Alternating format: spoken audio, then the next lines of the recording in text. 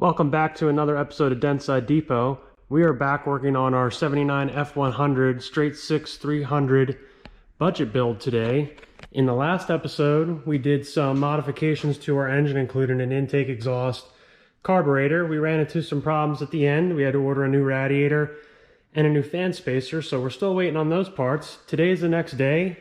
We're going to get this truck up in the air, and what we're going to do today is we're going to install a custom exhaust, a fuel tank, hose, and fuel sending unit, and we're going to change the oil and see if there's anything else that this truck is going to need to get onto the road. We're also going to have this truck up in the air for the first time, and it'll be exciting to see how good or bad it looks underneath. So let's get it up and check it out.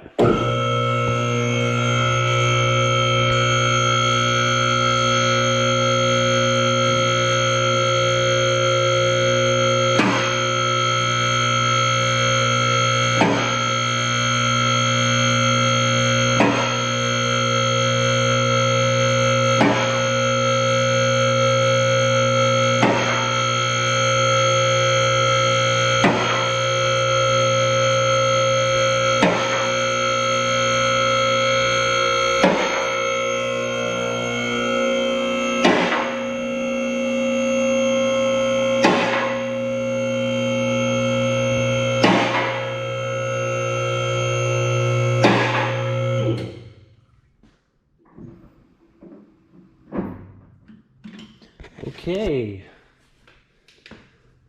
let's see what we got here. Yep, so as I suspected, it's going to need new shocks for sure. I actually ordered those last night. Don't know when they'll come in. Probably won't be in this episode. I might just put them on without even filming it. Looks like it's got maybe the rear main or the oil pan's leaking a little bit. Nothing crazy. That was, that's the kind of thing that's suspected. Yep, transmission's wet too. Not sure where that's leaking from, probably the back of the case. So probably just top off the oil for now. Exhaust seems to fit pretty good. Yep, looks like I can come over on this one and probably over and around on that one. Frame looks pretty nice, as I suspected. Not really any rust anywhere. That's pretty cool. Never seen one of those before, a heat shield there like that. I guess that was something for the 300 only. Since it had the exhaust coming down on that side, you can see there's no heat shield on that side. Wonder what that is. I guess that's for the reverse lights, I'm not sure. But it looks pretty good. I mean, brake lines are not rusted. Everything's dry. Back of the cab looks good. Oh, look at that. Oh, that's cool. So, as I've previously discussed, oh, this is really special. The cabs have a buck tag on them, or a data tag, or placard, or whatever you want to call it, on the inside of the cowl on the front, and the trucks are supposed to have a data tag on the back of the bed as well, but you never see them because they've always fallen off. This one is still there. This is the first truck I've ever had where the buck tag was still on the bed. So that is pretty special, and that just shows how good this truck is. I might actually just take that off so it doesn't get lost while it's driving around. But this truck has no rust. I mean, really, it doesn't have any rust at all. Literally none. It's just surface rust. It's pretty incredible, but that's what you get when you ship a truck out from the West Coast. And for those guys that live on the West Coast, you're very lucky.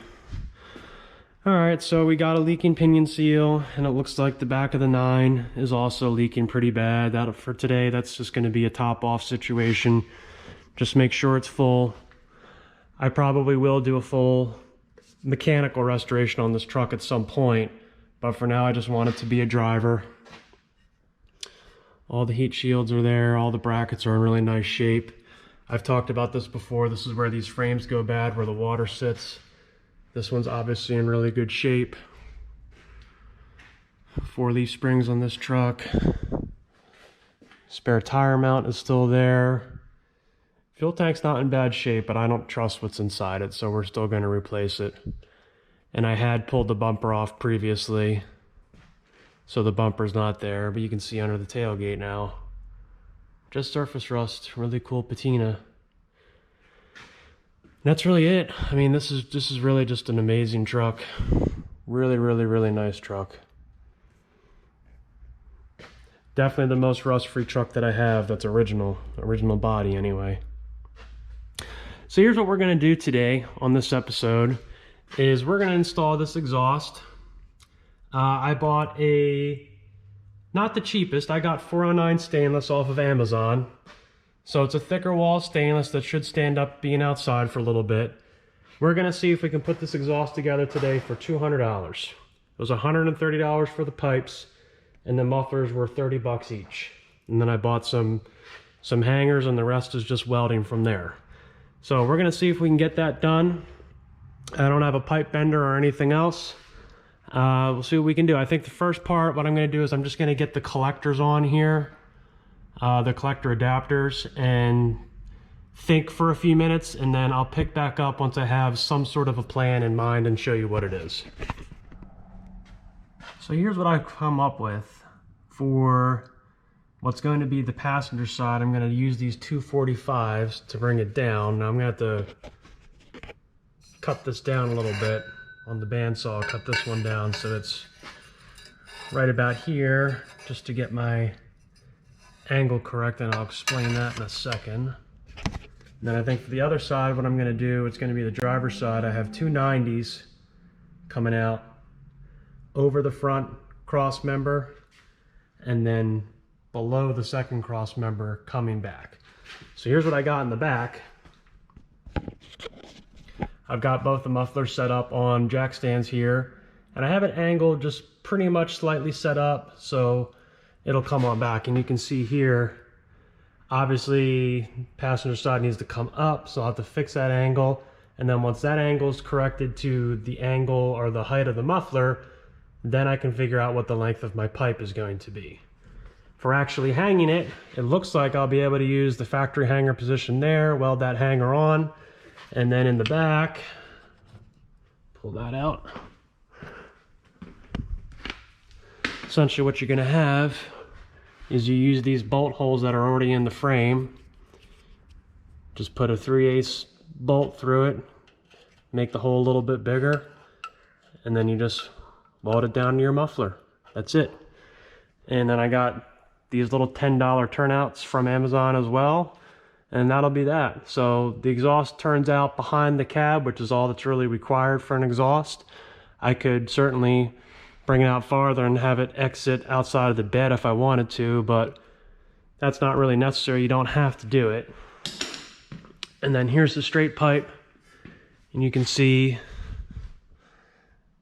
that'll fit in right here just like that. Just work on the angle a little bit, get the size that I need, and drop it in. So what I'm going to do now is I'm going to get the bandsaw out and the welder out. I'm going to start doing some tacking and some cutting. I'll film it the best I can along the way, but it's a one-man show here and I can't do that and film at the same time, so I'll just kind of update on progress here as we get it going. But I see no reason why my $200 Amazon exhaust isn't going to work out, so let's see how it goes here. Okay, so I got my 45s cut down to roughly the size that I want them to get my angle that I want. So it's looking pretty good. So what I got next is my straight pipe. I got it measured to exactly what I want to do to cut it. So we're gonna take it over to the bandsaw and we're gonna give it a cut. Then I'm going to weld it onto the muffler. If you do not have a bandsaw, I would highly, highly recommend that you get one if you're doing this job. You're going to be very sore and very tired if you do not have one by the end of putting an exhaust on.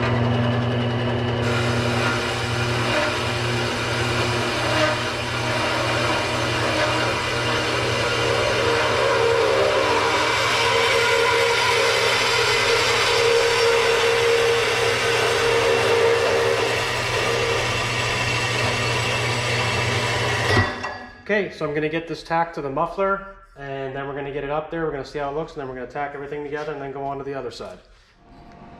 All right, got the passenger side exhaust all set in. Happy with the slope and everything. It goes uphill just a tiny little bit, but it's pretty unavoidable, especially with the two-wheel drive trucks. But I think it'll look pretty good. So I'm going to tack it into place here, and then I'm going to pull it all down and weld everything the rest of the way together.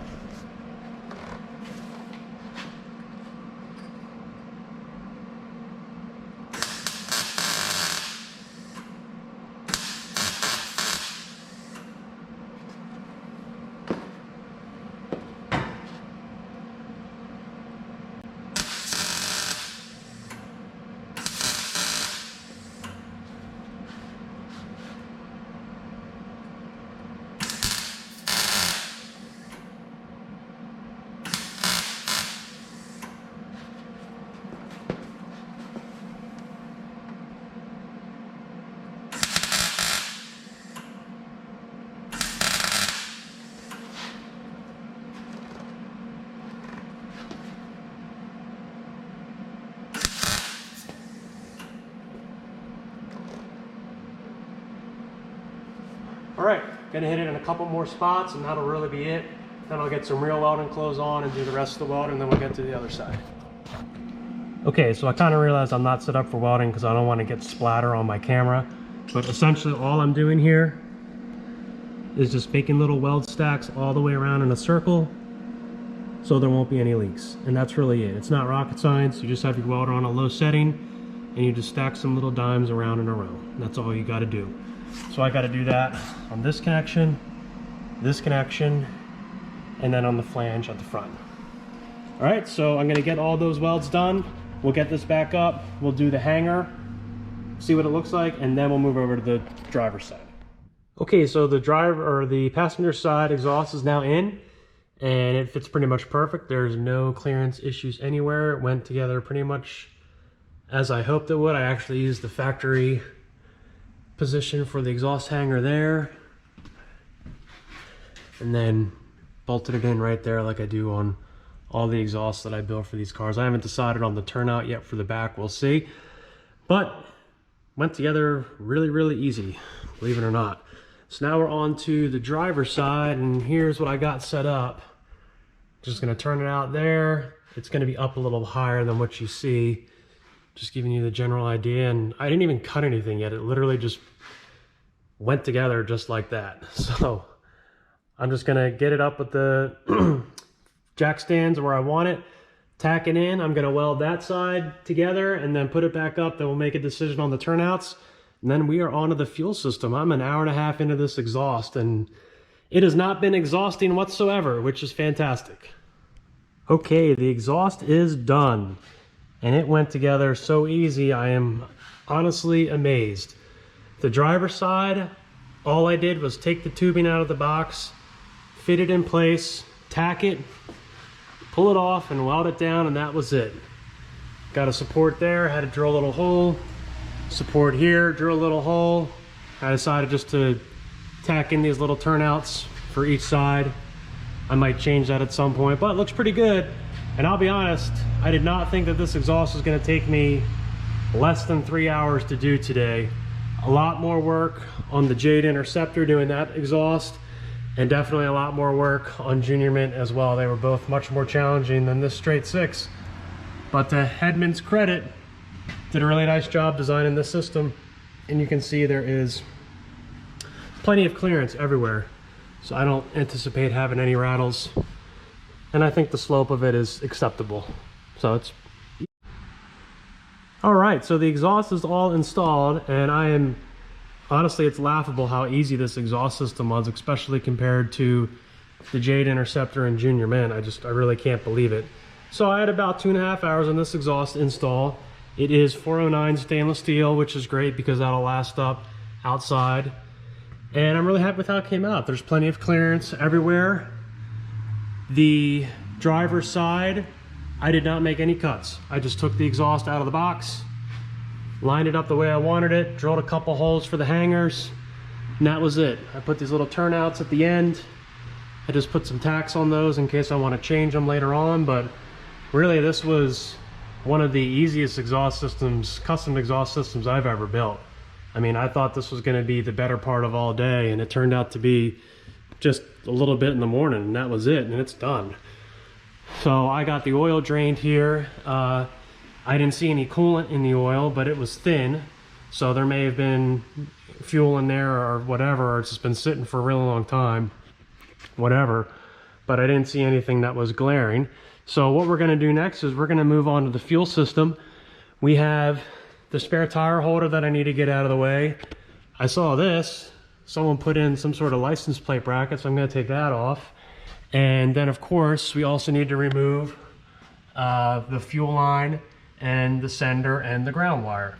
So let me get the spare tire holder out, and then we'll get the straps off, and we'll start to get the fuel tank down so we can remove that, and we'll get it on out of here so we can get the new tank in. All right, so I have the ground wire off, fuel hose disconnected. So we are going to drop this tank. Probably should use a trans jack, but it's buried in the shop right now, so I'm just going to drop it onto a floor jack. Hopefully that works out. Hopefully it doesn't have too much gas in it or liquefied oil. Who knows what it is at this point? We will find out.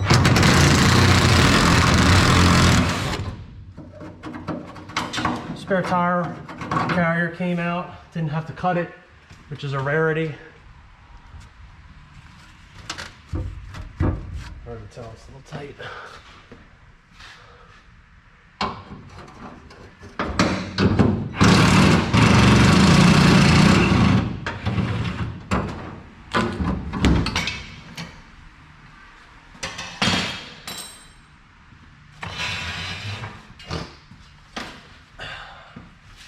All right.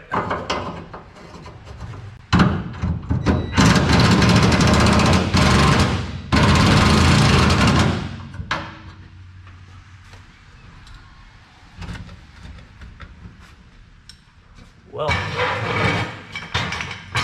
just gonna go for it, see what happens.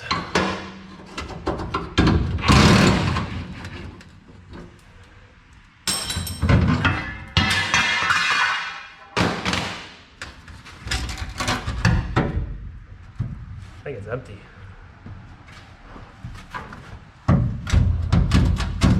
Ah, it's stuck on the exhaust hanger over there. Getting that out of the way.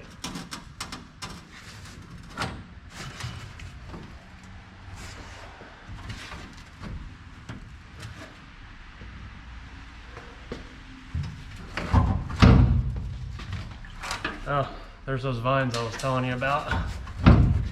Go up.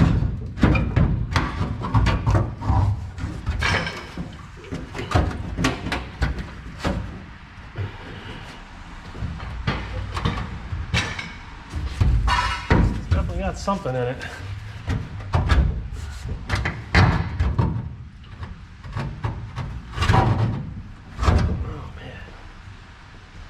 Stuck in there because of that exhaust hanger. All right, I'm gonna bend this exhaust hanger out of the way and see where we're at then. All right, exhaust hanger's out of the way. There's a little bend. Yep, that's what I figured it was. The fuel tank, this little tab right here was bent in. Still kind of hard to tell how much fuel is in it. Try not to drop it on my head.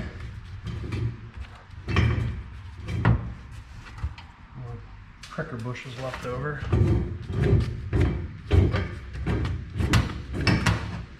Okay, I think it's time to put some man into it and just take it down.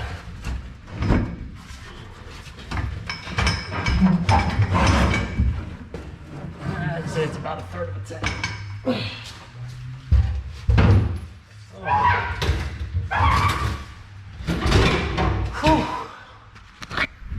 Okay. Well, there we go. Looks great up in there.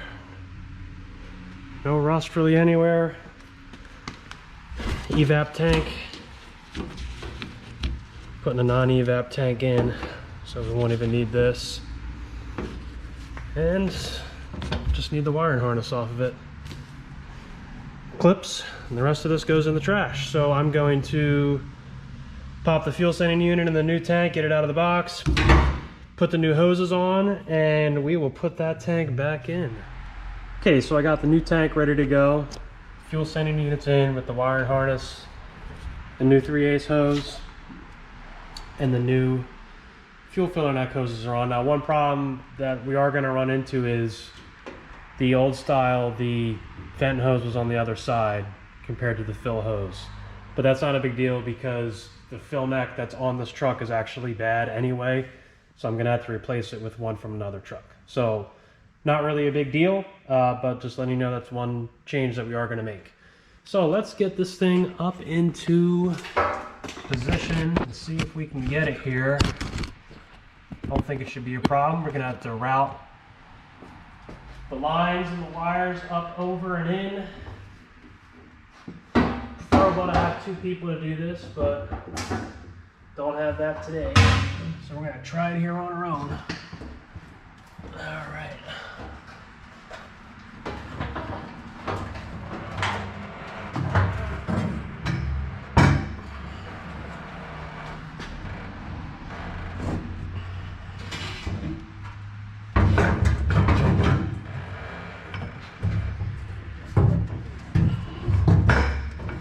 Funny thing is, I rarely do it like this because every truck I ever work on usually have the cab and the bed off of it. So this is a unique experience for me, putting it in like this. And we'll see how it goes here. The fuel line over.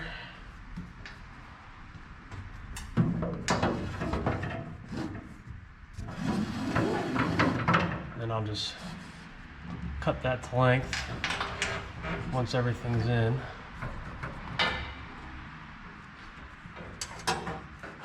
Wire and harness. Up in a position a little better.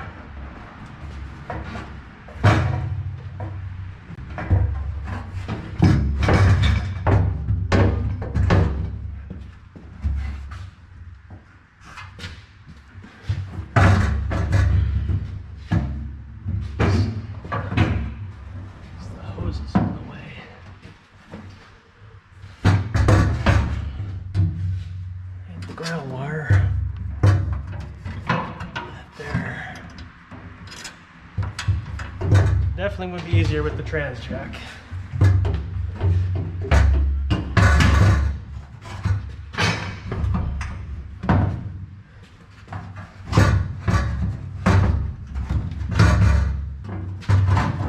Okay, up and in. Did I lose the ground wire? Yeah, have to fish that out. That's all right though. All right, get the straps in. I don't know where the bolts went, so I'm gonna hunt down all the bolts and get this thing buttoned down. Okay, found all the nuts, so now we can get this thing up into place here.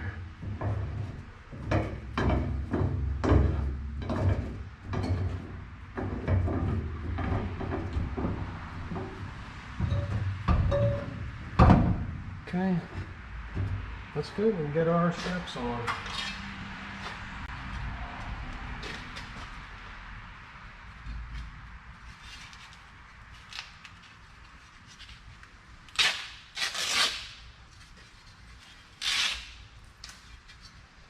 Now normally I obviously would paint all these and make them look nice, but that's not the goal of this project. Goal of this project is just to get this truck back on the road and running. That is it. All I'm concerned about.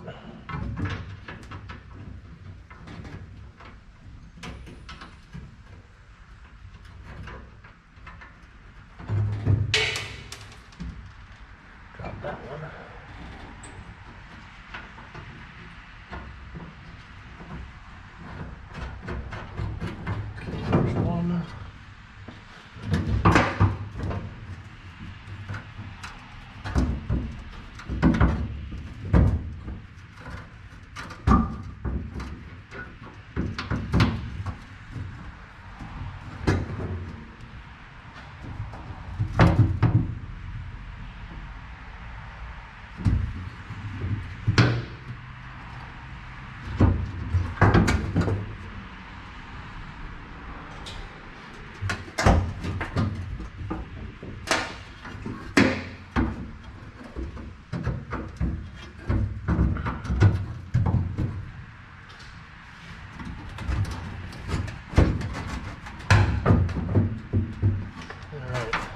like it's stuck on something.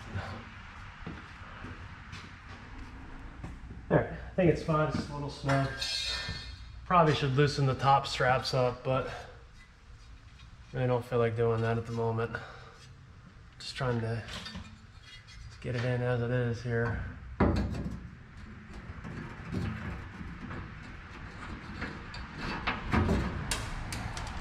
If I can do it without dropping all the hardware.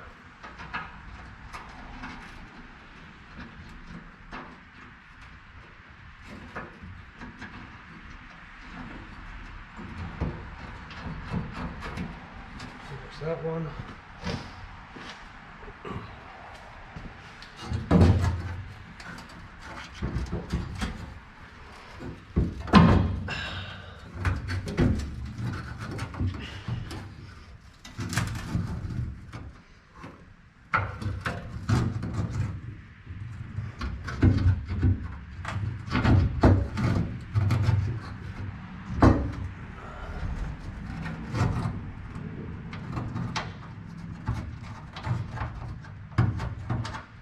Okay. Tightening on down. You know what? This tank might be a little bit thicker than the other one, so I think what I'm going to do is I'm going to hit the top straps with some PB Blaster. I'm going to loosen them up just in case. I don't want to crack the tank and cause an issue. Alright, so what I'm doing is I'm loosening the top straps. I was hoping not to have to bother doing that, but it was just way too snug. This is definitely the right way to do it. I was just hoping not to have to do it because they're a pain to move. But this truck's rust free, so they're moving pretty good after a little PB Blaster. So the way to do it is get the top and the bottom straps tightened down first, and then do the top ones. Like I said, end of the day, I pretty much had enough for today. I was hoping I'd avoid that, but unavoidable, I guess. Okay, that looks pretty good. It's fitting nicely now, so we can send it home.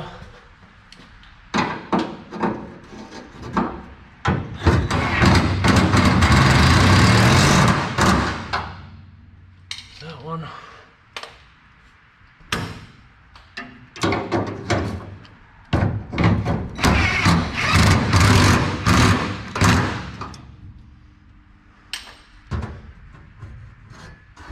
Looks good.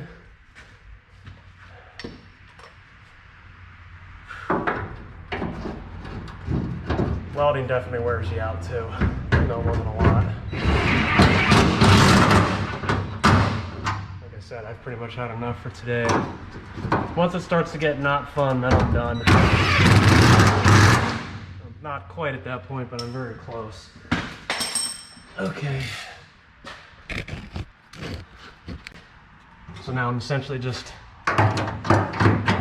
retightening these so they're nice and snug, so the tank isn't bouncing around in the back.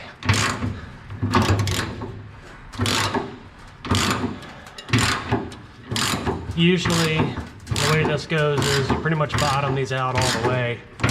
Doesn't seem to usually be a lot of threads left, and that was the case with that one. It bottomed out, which is why I was hoping I could do it without even bothering to loosen it at all, but that just wasn't the case. So my initial thought that this blue truck would be a one-part series, put the intake on, exhaust and everything else, and start it up and call it a day, but of course there's always other things coming up and parts that I need and everything, so it's looking like this is going to be now a 3-part series.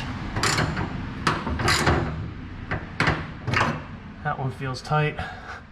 So fuel tank's good. Before I call it a day, I'll do the ground. That just plugs in right there for the sender. I'm probably not going to do the fuel line today because I want to blow all these out. And then I'll show you the other issue I was talking about. This was a vented, or not vented, an emissions tank. and I put a non-emissions tank in, and you can see these are opposite. But someone fixed this one with epoxy right here, so I wanted to replace it anyway. So I have tons of those. I'll just put a new one in. That's not a big deal. And then always cut these hoses after you've put the metal filler neck in, because they always seem to be different for some reason. So I always wait to cut those. I never cut those to size beforehand. So if you enjoy Dentside content, definitely like and subscribe to my channel. I promise you that the next video on this truck is going to be at least attempting to start it with all the new stuff on it. And then my hope is that it will also be driving it as well. This truck is insured and I'm ready to drive it whenever it's ready. So wasn't anticipating a 3-part series on this truck, but this build anyway, our 300 budget build. But that will be the next episode. Probably the title will be, will it run and drive? So I'm very much looking forward to driving this truck. It's been a dream to work on so far. I hope you enjoyed it, and we'll see you in the next episode.